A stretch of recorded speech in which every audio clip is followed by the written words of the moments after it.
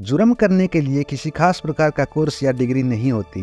बस एक बार गलत काम का सोच लिया तो अपने आप गलत रास्ते पर चल पड़ते हैं और पीएचडी हो जाती है। आज की ये सच्ची घटना 4 लोगों की है जिन्होंने 10वीं भी पास नहीं की, पर जब इनका कारनामा सामने आया तो पढ़े लिखे लोग, पुलिस वाले और इन्वेस्टिगेशन एजेंसी के भी होश उड़ गए। सुरंग बना के बैंक लूटने की तो बहुत सी कहानी आपने सुनी होगी, लेकिन इस कहानी में एक सुरंग, उसके 3 सिरे, तीनों की अलग अलग पहेली जब सामने आई तो पुलिस हैरान हो गई। यूपी के 4 लड़के, जिनमें अमन खान इनका बॉस, जो बुलंदशहर का रहने वाला, भरा पूरा परिवार, कोई क्रिमिनल बैकग्राउंड नहीं, काम धंधा नहीं चला, इसलिए उधार ले लेके कर्जा कर लिया। जब लोगों ने पैसा वापस मांगना शुरू किया तो मुसीबत हो गई। बहुत से लोगों से उधार लिया था, लौटाए भी तो कितनों को। तब अमन खान को लगा कि कुछ करना चाहिए, इन लोगों के पैसे वापस करने के लिए कुछ बड़ा हाथ मारना चाहिए, पर कैसे? बस यहीं से 6 महीने पहले बुलंदशहर से बाहर निकला। अब वो कभी दिल्ली गया, कभी मुंबई गया, कई शहरों में घूमा, पर अभी तक उसको ये नहीं पता कि क्या करना है। घूमते भटकते वो जयपुर जा पहुंचा। जयपुर में भी इधर उधर भटकता रहा, क्या करें कैसे करें सोचता रहा। आज से 5 महीने पहले जयपुर के अंबाबाड़ी इलाके में सब्जी मंडी से गुजरते वक्त अमन खान को अपनी मंजिल दिखाई दी। अब उसको पता था कि क्या करना है। सब्जी मंडी में इधर उधर देखते वक्त अमन खान की नजर एसबीआई बैंक पर पड़ी। जब थोड़ी और नजर दौड़ाई, बैंक के बगल में एक ज्वेलरी शॉप दिखाई दी जो कीमती गहनों से भरी हुई थी। थोड़ा और आगे बढ़ा तो एक और बैंक दिखाई दिया, सेंट्रल बैंक ऑफ इंडिया। ये तीनों ठिकाने कुछ मीटर की दूरी पे थे। बस इनको देखते ही अमन खान को आइडिया मिल चुका था क्या करना है। अब वो बुलंदशहर आकर अपने 3 दोस्तों को प्लान बताता है। पहले तो दोस्त तैयार नहीं होते, लेकिन उसने कहा कि इसमें कोई खतरा नहीं है और हम बड़ा हाथ मारेंगे। उसके तीनों दोस्तों को भी फटाफट पैसे चाहिए थे, उनकी भी हालत अमन खान जैसी ही थी, तो तीनों दोस्त भी इस प्लान में शामिल हो जाते हैं। उनको भी लगा प्लान फुल प्रूफ है, इसमें कुछ भी गड़बड़ नहीं होगी। अब इन्होंने फर्जी कागजात तैयार करवाए, आधार कार्ड इत्यादि, और पहुंच गए जयपुर। यहाँ एक इलाके में किराए का घर ले लिया। अब इनका काम था रेकी करना। पहला टारगेट बना एसबीआई बैंक। अब इनमें से पहला जाता, दूसरा जाता, तीसरा जाता। आते जाते इनको पता चला यहाँ लॉकर रूम की फैसिलिटी है। अब वो बैंक में अकाउंट खुलवाने के बहाने जाते, लेकिन अकाउंट खुलवाने के बहाने बैंक में पूरे दिन रहते, लॉकर रूम की तरफ आने जाने वालों पर नजर रखते। फिर एक दिन उनमें से एक ने लॉकर वाले से बात की जो बाहर जा रहा था। उसको बोला कि मुझे यहाँ लॉकर लेना है, क्या ये सेफ है, कहीं चोरी ना हो जाए? तो लॉकर वाला बोला बिल्कुल सेफ है, यहाँ पर तो बड़े बड़े लोगों के लॉकर है। फिर उसको पूरा नक्शा बताया कि ऐसे नीचे जाकर लॉकर है। अब वो सब समझ गया। वो लोग बैंक जाते समय मास्क पहन लेते, कैप लगा लेते या गले में मफलर डाल लेते ताकि सीसीटीवी में चेहरा ना आए। अब बैंक की सारी जानकारी मिल चुकी थी। अमन खान यहाँ से प्लान का दूसरा हिस्सा शुरू करता है। बैंक से थोड़ी दूर शॉप ढूंढता है जो किराए पर मिल सके।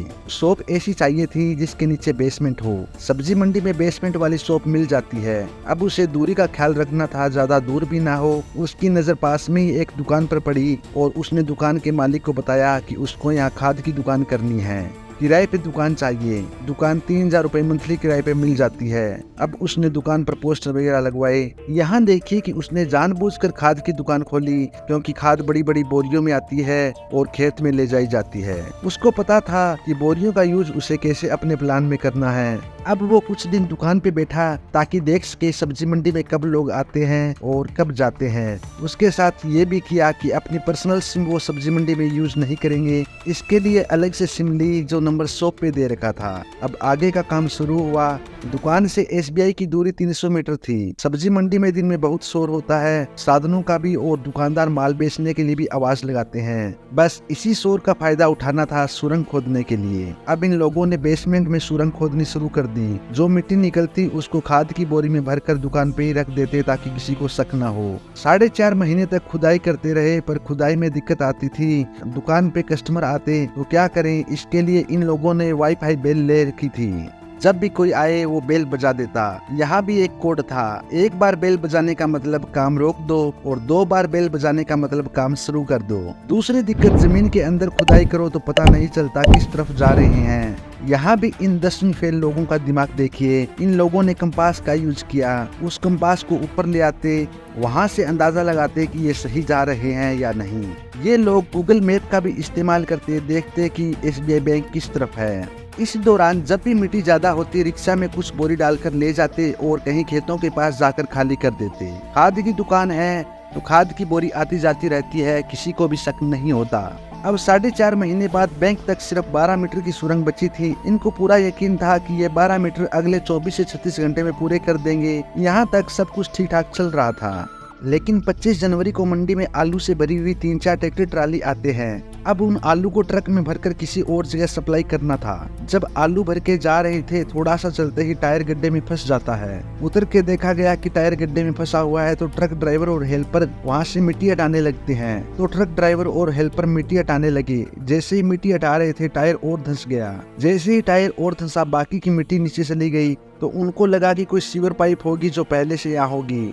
अब भी किसी के दिमाग में सुरंग जैसी कोई बात नहीं थी। फिर ट्रक को निकालने के लिए क्रेन बुलाई जाती है। ट्रक को वहाँ से निकाला गया। तब लोगों ने अंदर झांक कर देखा कि अंदर बहुत सारी मशीनें रखी हैं और अंदर फावड़ा भी है। इस बात की सूचना पुलिस को दी जाती है। पुलिस मौके पर आ जाती है। एक आदमी को अंदर उतारा जाता है तो वो बताता है कि ये तो कोई सुरंग है और इसके अंदर सुरंग खोदने का बहुत सारा सामान जैसे ड्रिल मशीनें, फावड़ा आदि रखे हुए हैं। तब पुलिस वालों का माथा ठनकता है और वो ये देखने के लिए अंदर उतर जाते हैं कि आखिर सुरंग कहाँ जा रही है और कहाँ से आ रही है। जब वो दूसरे छोर से बाहर निकलते हैं तो वो खाद की दुकान में निकलते हैं और दुकान वाला वहाँ से गायब था, क्योंकि जब ट्रंक धंसा तो अमन खान दुकान पे ही था। उसको पता चल गया था कि अब सुरंग का राज खुल जाएगा। तो वो पास में एक चाय की दुकान पे चला गया। चाय वाले को भी अमन खान का मास्क और कैप पहनना अजीब लगता था। यह कुछ ज्यादा ही मास्क पहनने लगा है। जैसे ही पुलिस वाले चाय की दुकान पे जाते हैं, अमन खान वहाँ से फुर हो चुका था। चाय वाले से पूछा कि दुकान किसकी है, तो उसने बताया अभी तो यहीं था, अब भाग गया। पुलिस उसके पीछे दौड़ी। चारों तरफ इन्फॉर्म किया गया, उसका हुलिया बताया गया। करीब 2-2.5 किलोमीटर दूर उसको पकड़ लिया गया। इधर पुलिस सुरंग के अंदर जांच कर रही थी तो उन्होंने देखा कि सुरंग के 3 मुंह थे, 3 तरफ जा रहे थे। पुलिस को पता ही नहीं था ये तीनों कहाँ जा रहे हैं।